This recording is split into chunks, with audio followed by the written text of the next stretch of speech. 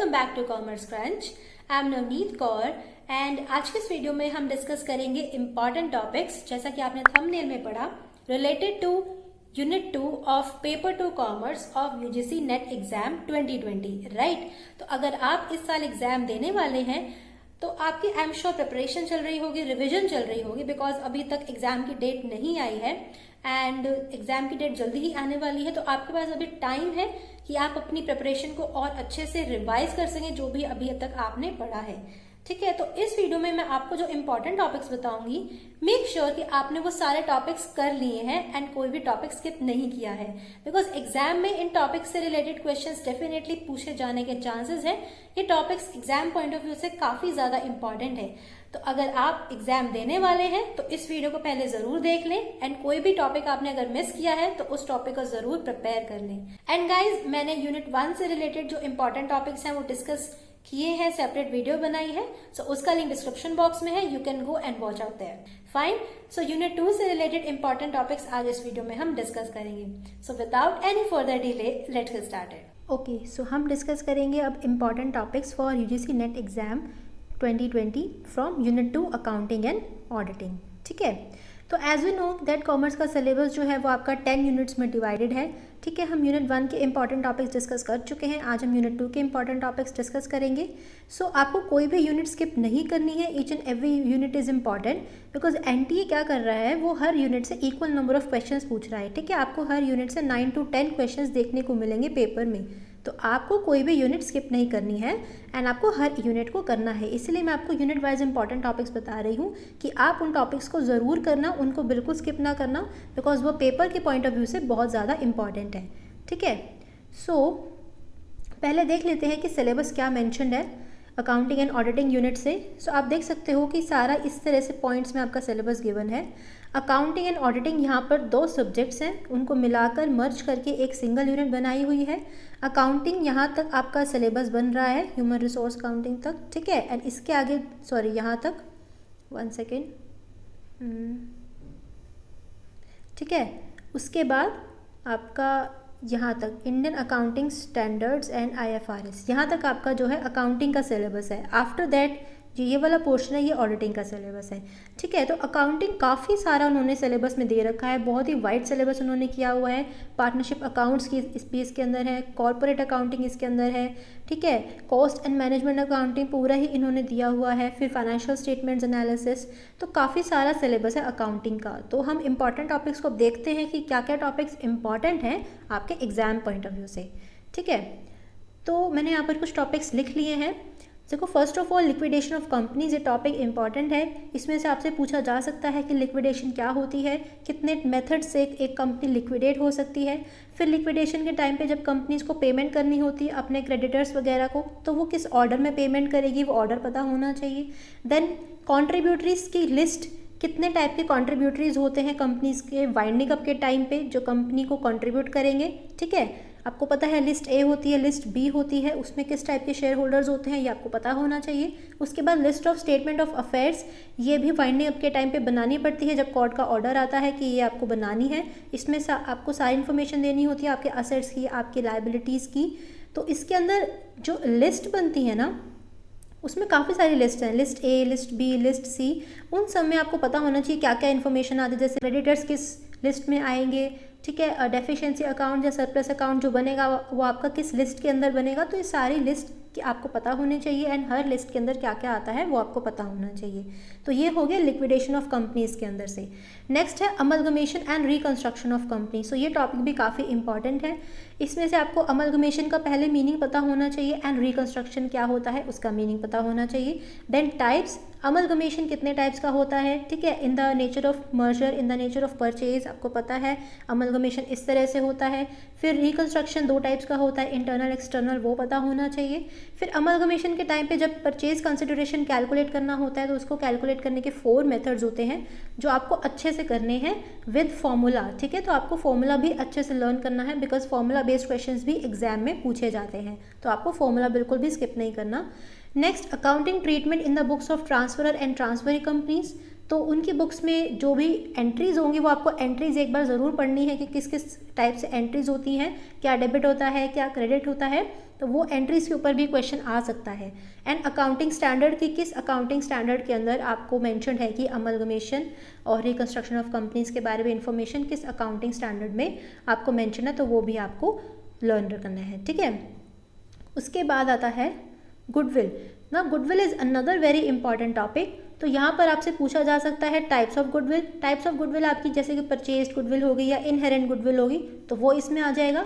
And types of goodwill वो भी होती है जैसे dog goodwill, rat goodwill, cat goodwill, ये सारे जो एनिमल्स के ऊपर क्लासिफिकेशन है गुडविल की, इसके ऊपर भी क्वेश्चन आ सकता है एंड आया भी हुआ है।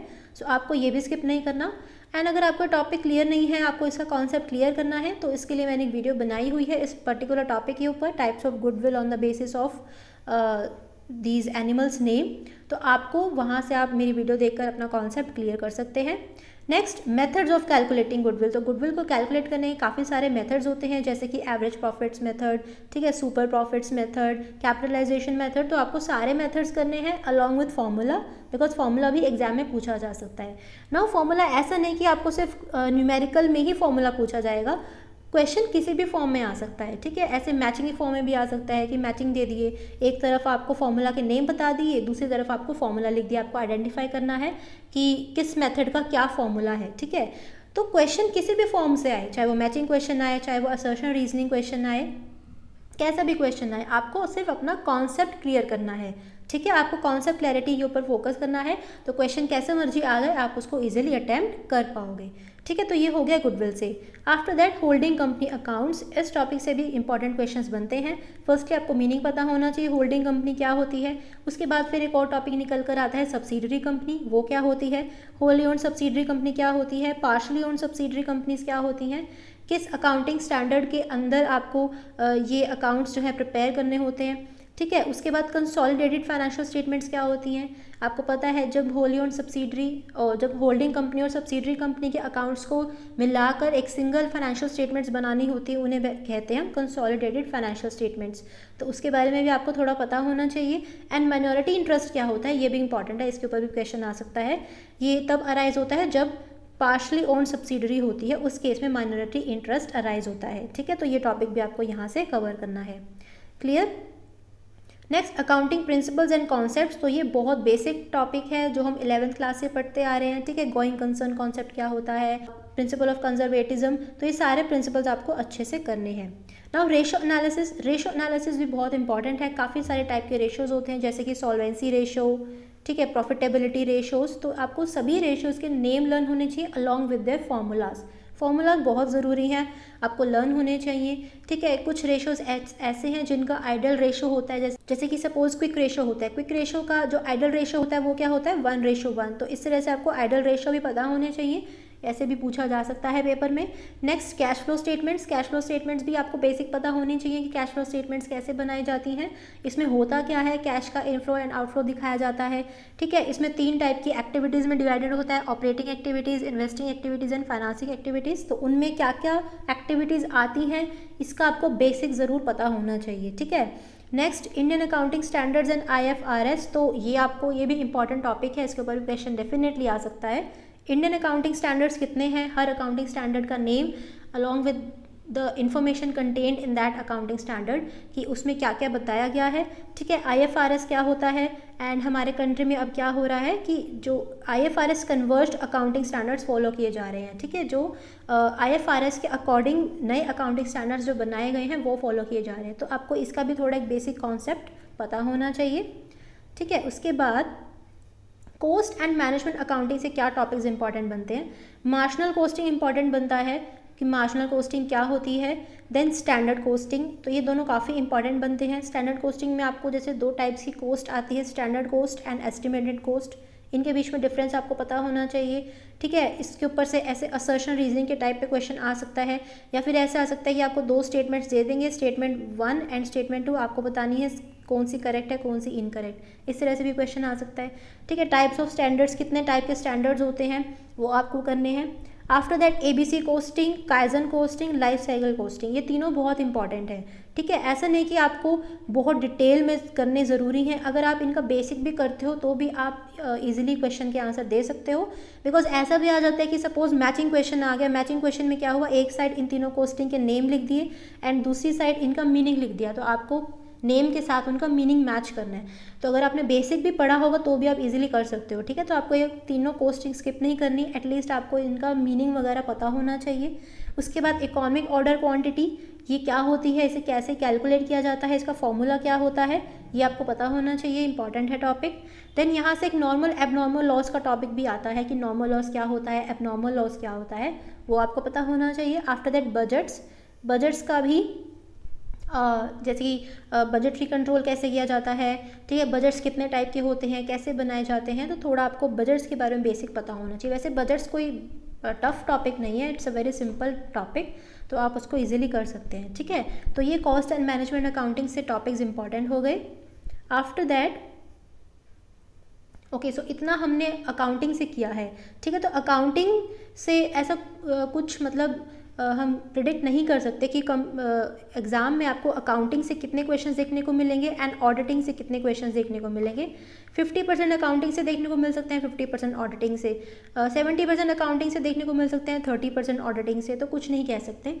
अगर मैं बात करूँ जून 2019 की, तब ऑडिटिंग से काफ़ी क्वेश्चंस, बहुत कम क्वेश्चंस आए थे, हार्डली 1 और 2 क्वेश्चंस आए थे पेपर में, बाकी आए थे अकाउंटिंग से। बल्कि दिसंबर 2019 में ऑडिटिंग से बहुत सारे क्वेश्चंस पूछे गए थे एंड अकाउंटिंग से भी उतने ही पूछे गए थे, मतलब अराउंड 50% ही एग्जाम में क्वेश्चन आए थे, ठीक है। तो आपको ऑडिटिंग स्किप नहीं करनी, ऑडिटिंग भी काफ़ी इंपॉर्टेंट यहाँ से बनता है टॉपिक, तो ये आपको अच्छे से करना है ना। ऑडिटिंग में क्या क्या चीज़ें आ सकती हैं पेपर में, पहले तो टाइप्स ऑफ ऑडिट बहुत इंपॉर्टेंट है, इसके ऊपर क्वेश्चन डेफिनेटली आ सकता है, जैसे कि statutory audit, internal audit, external audit, continuous audit, interim audit, management audit and cost audit, ये काफ़ी इंपॉर्टेंट है, तो आपको इनको ईजिली अच्छे से करना है, ठीक है। Next, routine checking and test checking, तो ये क्या होते हैं एंड इन दोनों में क्या डिफरेंस होता है, तो आपको ये पता होना चाहिए, क्योंकि दोनों जो कॉन्सेप्ट्स हैं वो सिमिलर हैं, बट इनमें कुछ डिफरेंस होता है, तो वो आपको करना है। नेक्स्ट, वाउचिंग क्या होता है, देन वेरिफिकेशन क्या होता है एंड दोनों में क्या डिफरेंस होता है, तो ये भी आपको कॉन्सेप्ट अच्छे से करना है। आफ्टर दैट ऑडिटर, एक ऑडिटर की अपॉइंटमेंट कैसे होती है, क्या क्या स्टेप्स हैं उसके, वो आपको करने हैं। देन एक ऑडिटर की क्या ड्यूटीज़ होती है जब भी वो किसी कंपनी को ऑडिट करने जाता है, ठीक है, तो क्या ड्यूटीज़ उसको परफॉर्म करनी होती है। And lastly audit report is also very important topic, आपको ये भी अच्छे से करना है, क्या होती है ऑडिट रिपोर्ट एंड ये कितने टाइप्स की होती है, उन टाइप्स के नेम्स क्या हैं, उनका मीनिंग क्या है, तो आपको टाइप्स भी अच्छे से करना है, ठीक है। तो ऑडिट रिपोर्ट भी काफ़ी इंपॉर्टेंट है, तो ये ऑडिटिंग से हो गए आपके important topics. Clear? So guys, this is all for today's video. I hope you find this video useful as well as knowledgeable. Make sure कि आप इन टॉपिक्स में से किसी भी टॉपिक को स्किप ना करें अपनी एग्जाम की प्रिपरेशन करने से पहले. So I'll be back very soon. Till then, keep learning.